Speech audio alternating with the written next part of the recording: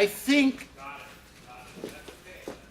something as equally as important as working on our skills so that knowledge equals confidence is your mindset. So let's talk more today about mindset, because I've been talking to you about this for weeks now, I think.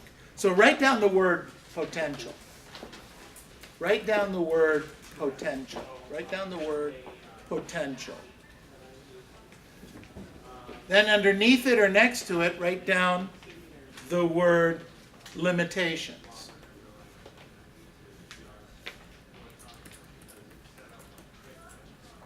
So what I'd like you to do is take and draw a line through the word limitations. Potential, then limitations. Draw a line through limitations. Because what happens is we tend to look at our limitations first and our potential second, right? Say yes. Yes. Okay, we tend to do that. We always go negative before we go positive. If I were to ask you to write a list of all the good things about yourself and all the things that you don't like about yourself, you'll write, and I said to do it in that order, you'd write one or two good things about yourself really fast, maybe slow. And then you would shift over almost immediately to all the things you don't like about yourself, and that list would just get long. We go negative before we go positive. And even if we go positive first, or we go to our potential first, we shift very quickly. It's what happens in our head, okay? I wrote down here, we tend to look at our limitations first. We tend to focus on our limitations. So I wrote down here, when you're absolutely clear about what you want, you only need to copy others who have achieved it before. You're absolutely clear. You know what you want. I want to become a great listing agent. I want to be the most knowledgeable person in the marketplace. I want to know how to handle all the objection that the seller could possibly throw at me. I want to be fabulous on the expireds and know what to say and how to say it. Whatever it is that you're looking to do, once you are clear about what you want, you find the person that's doing this. That's Anthony Robbins 101. Anthony Robbins 101. Find somebody doing what you want and then emulate them. Okay? You only need to copy others who have achieved it before you. Does that make sense? Yes. Okay? And eventually, you're going to get the same or maybe even better result. You find the person that's gone before you and stand on their shoulders, so to speak. Get the vision? Okay? They've gone before you with this. The beauty, I've said this, oh my gosh, time and time again. 42 or 43 years ago, when I started following Mike Ferry, there really was one person that he would point to in the marketplace that it was doing 50 transactions or more. Her name was Dodie Donahue, okay? And she was in Huntington Beach, California.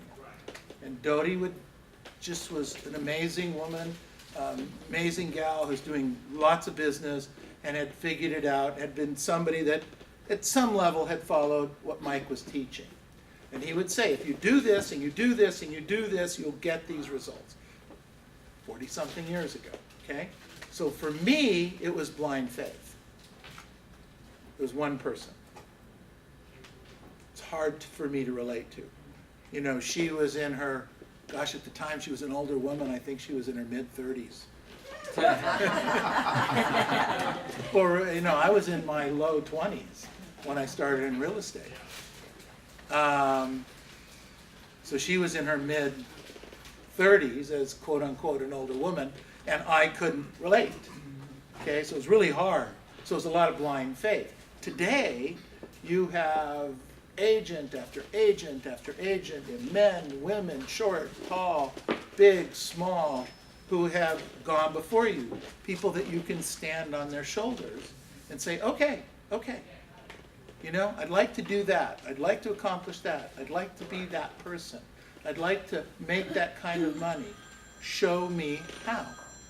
And then you follow that lead. Does this make sense? Yes. Okay?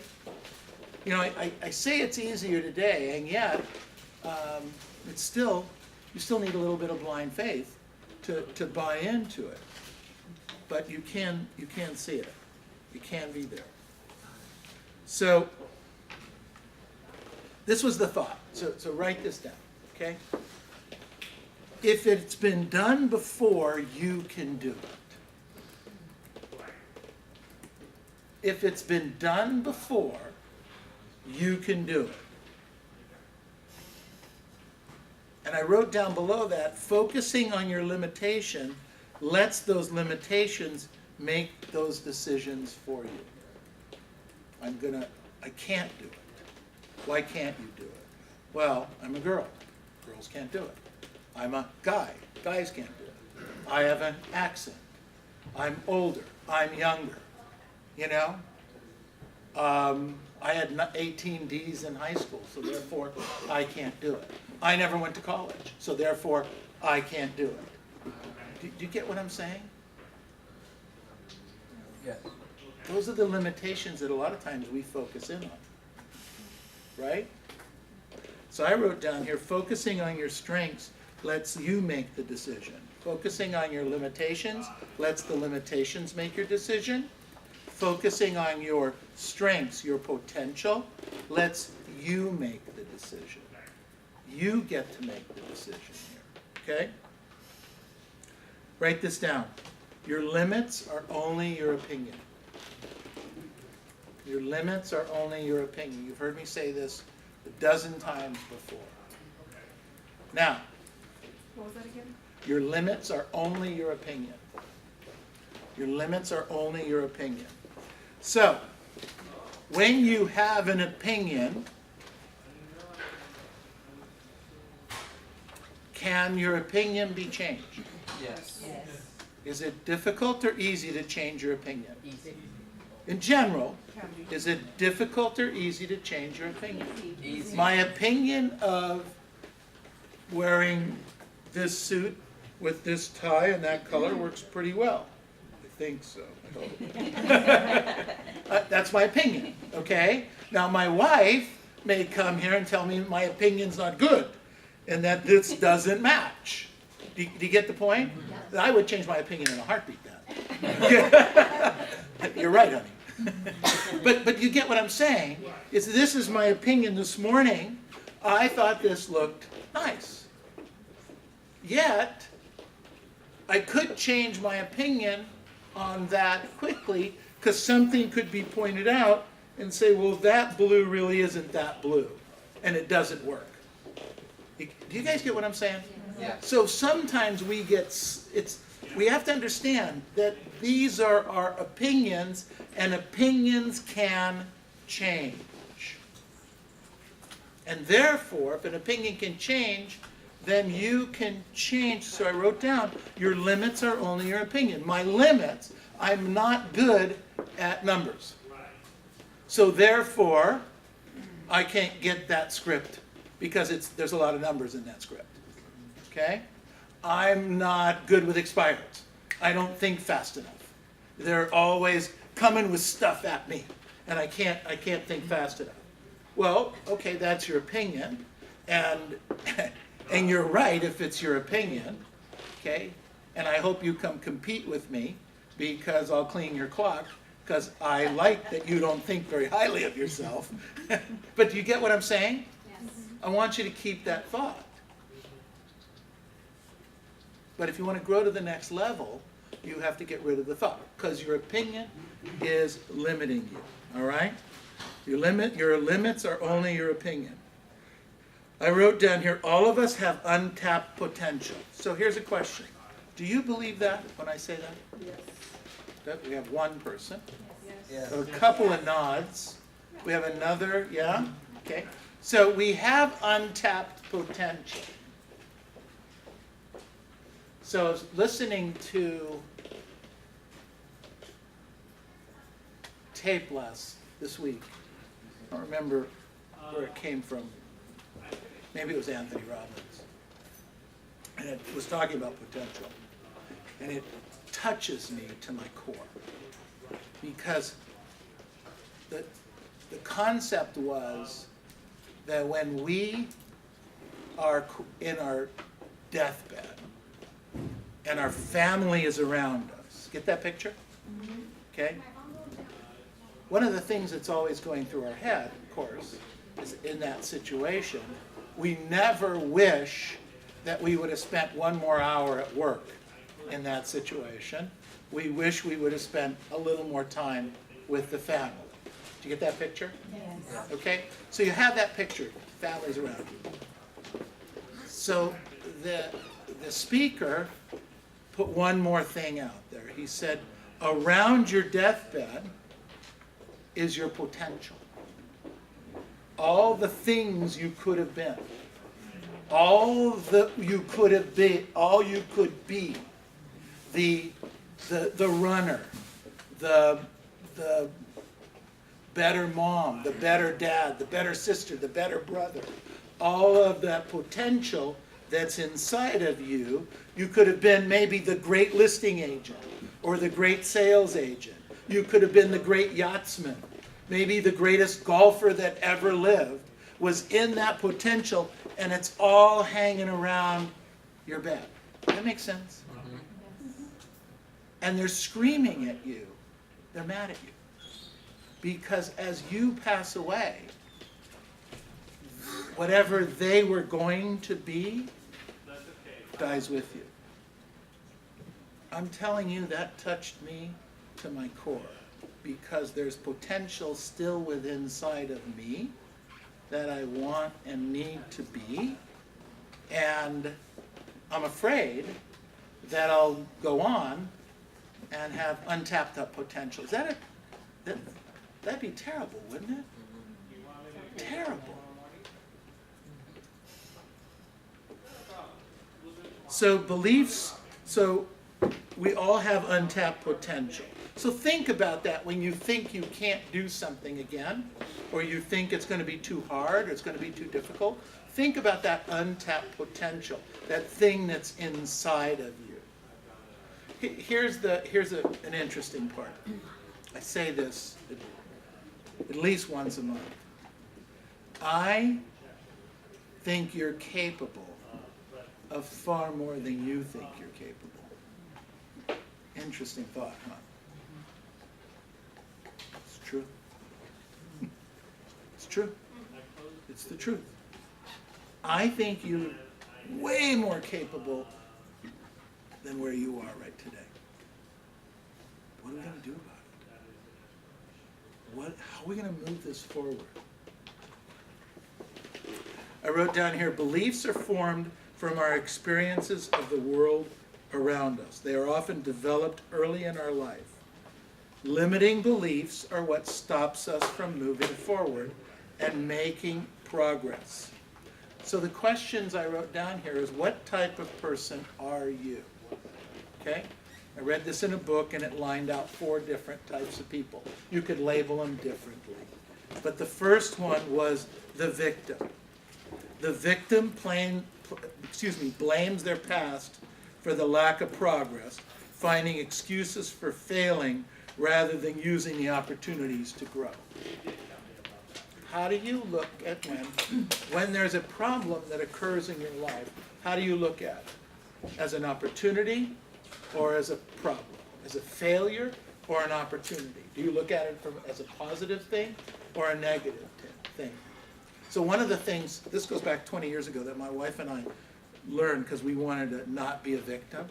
So a question we ask ourselves in every situation that comes up that's quote unquote negative or what one could perceive as bad is, what did we learn from this? What did we learn from this? Because if nothing is bad if you learn something. Whoop, not doing that again. Touch the stove, whoop, not doing that again. Okay? Made a left turn on a one-way street, not doing that again. Driving in New York City, on rush hour, ooh, not doing that again. You get it? So what we learn from the situation that's in front of us, it also takes the tension that rises within a couple, you know, you did this, you know, that kind of stuff, and dissipates it, because now it turns it into a learning experience. Interesting, huh? Okay, so what did you really learn here? What did we learn here? Well, what did we get out of that experience? So the victim blames his past for his lack of progress. They find excuses for failing rather than using opportunities to grow. The next type of person is a foot dragger. A foot dragger. The foot dragger hates to change and is unwilling to do anything to change the present. I'll go one step further. They make decisions very slowly. Very slow. I don't know if this happens to you guys. I catch myself doing this every once in a while. Is sometimes I slow the decision-making process down so that the decision is made because of circumstance. You guys ever do that? No, I've catch myself doing that sometimes. I say, you know, why don't we just step back a little bit and see where we are and see what really is going to happen here. Okay? Now sometimes it works out great, right? Yep. Right. Sometimes you need to pull the trigger and move forward. You need to get going. So we have the foot dragger. The next type of person I wrote down here is the dreamer. This agent never puts his or her plans into action and doesn't really want to ever take any risks.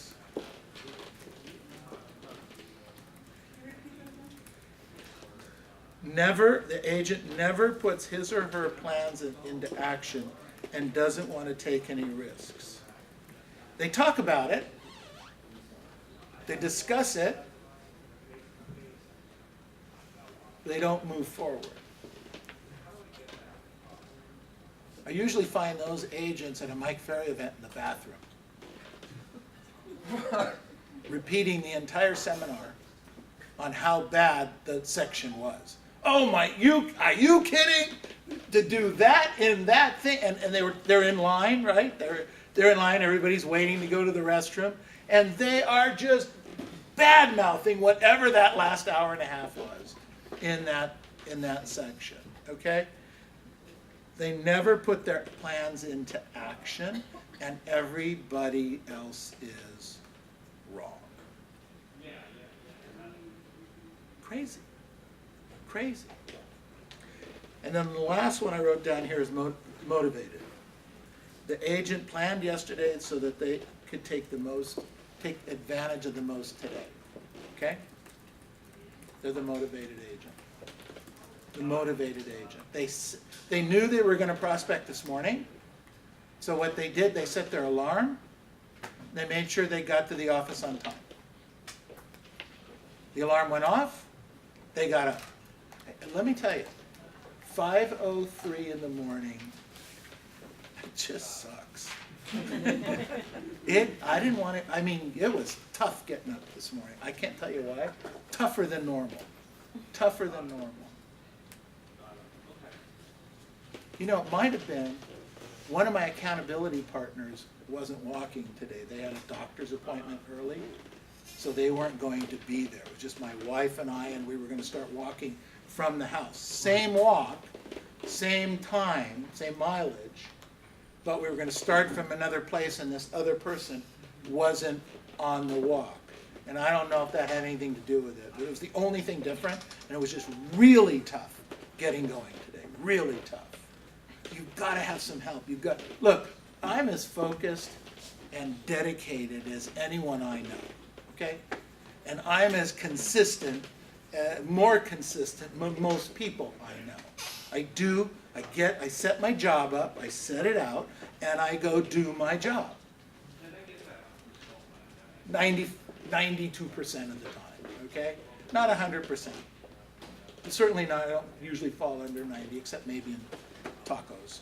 And I'm reducing that. I am, we have a plan, okay? Love those fish tacos. I was off fish tacos today. It was on fish, but off fish tacos.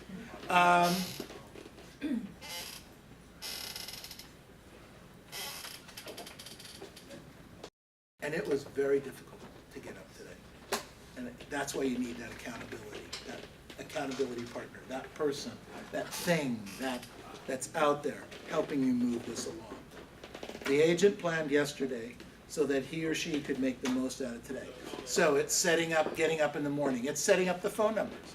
Look, you get to the office at 8:30 in the morning, you do a little bit of role play. And at 9 o'clock, you're supposed to get on the phone and start picking up, making some phone calls, and you don't have phone numbers to call, and you have to stop and set that up. You didn't do it the night before or the Friday before. It takes some of your time.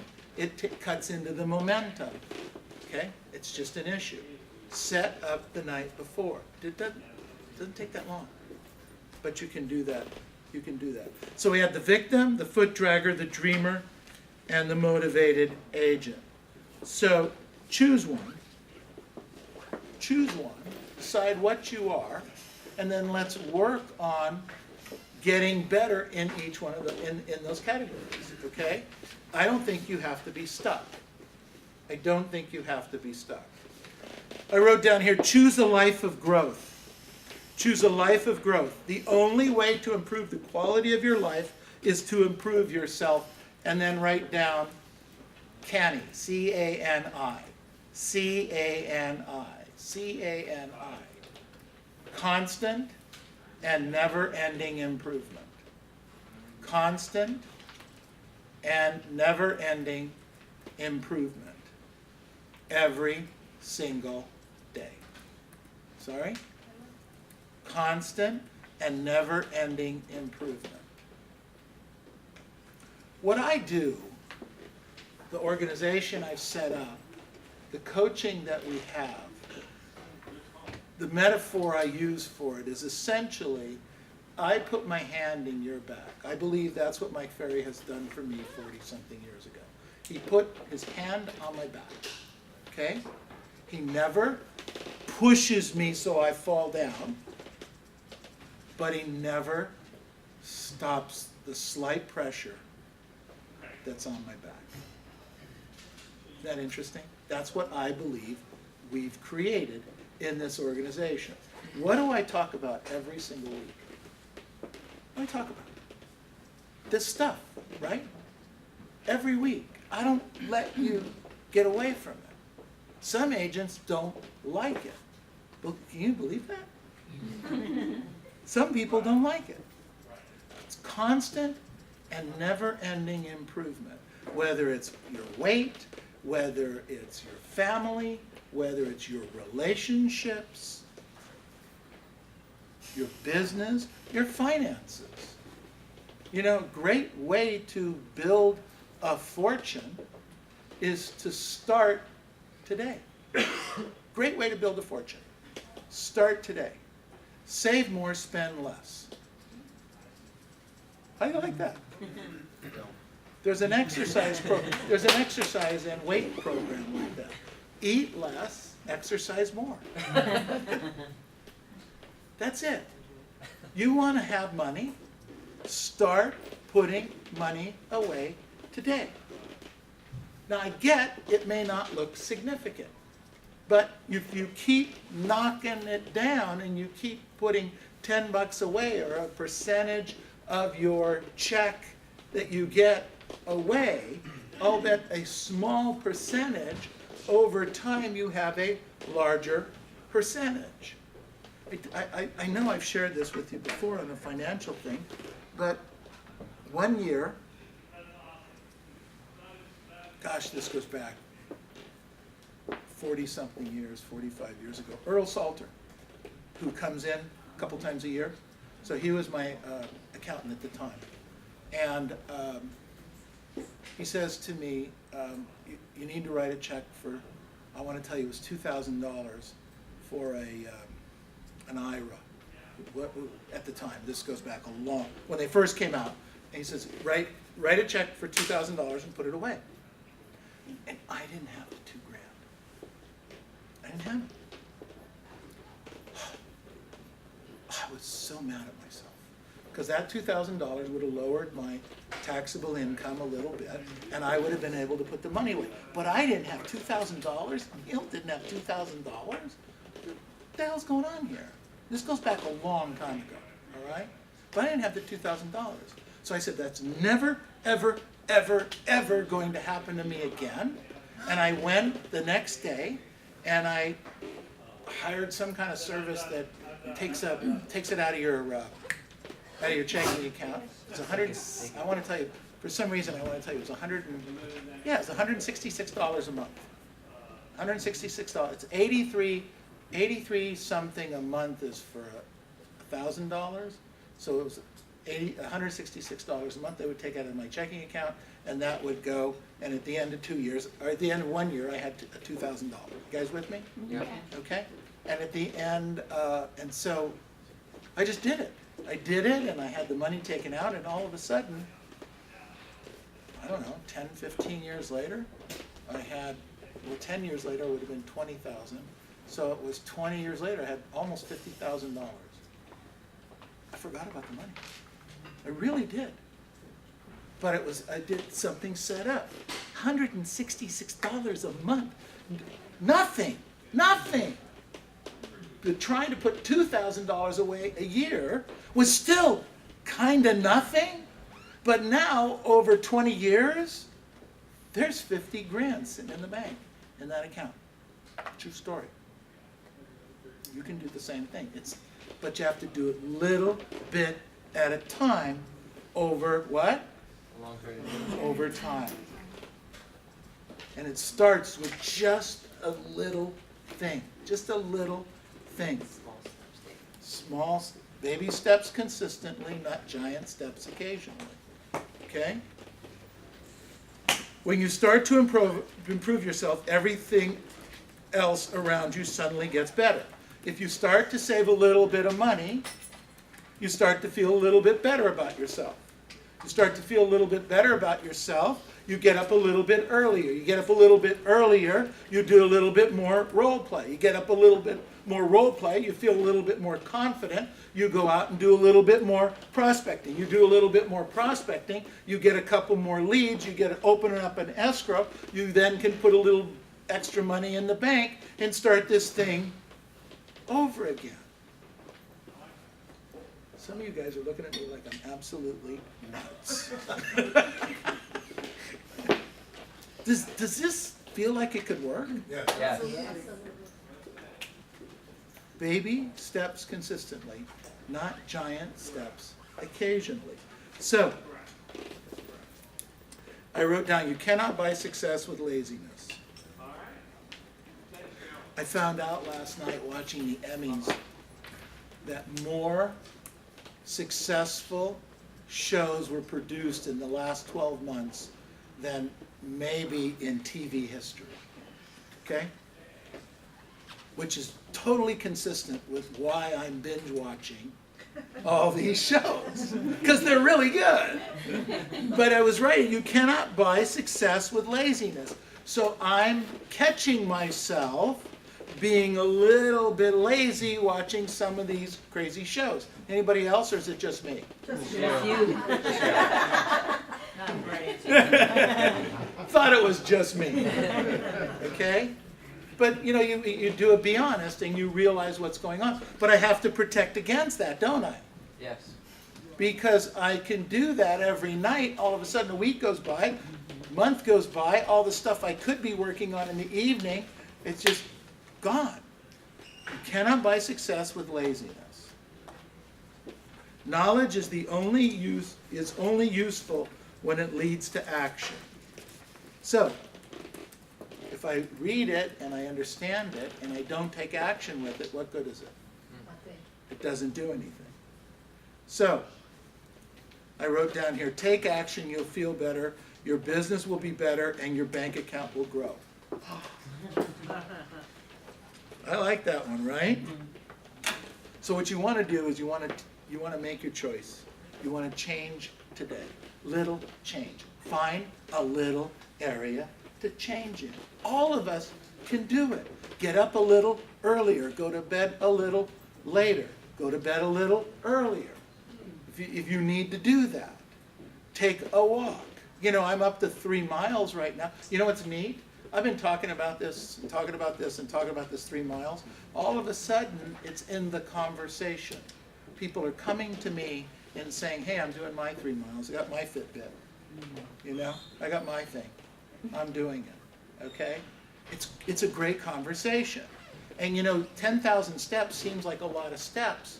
But you know, at the end of the day, I have 10,000 for the goal, but I'm averaging like 17,000. I don't even know it. I'm only focused on the 10. I got to get the 10. And I'd like to get the 10 before I get started with the day. Because if I don't, my experience has been I don't get the rest of it the rest of the day. You guys get that? Yes. Yeah. Okay? So if I can get the 10 out in the morning or get really close to it, 8,500, something like that, then I know I'll catch the 10 for the rest of the day and probably do a lot better. And then you get to a Saturday or Sunday and you feel like doing a little bit more and going out a little bit further.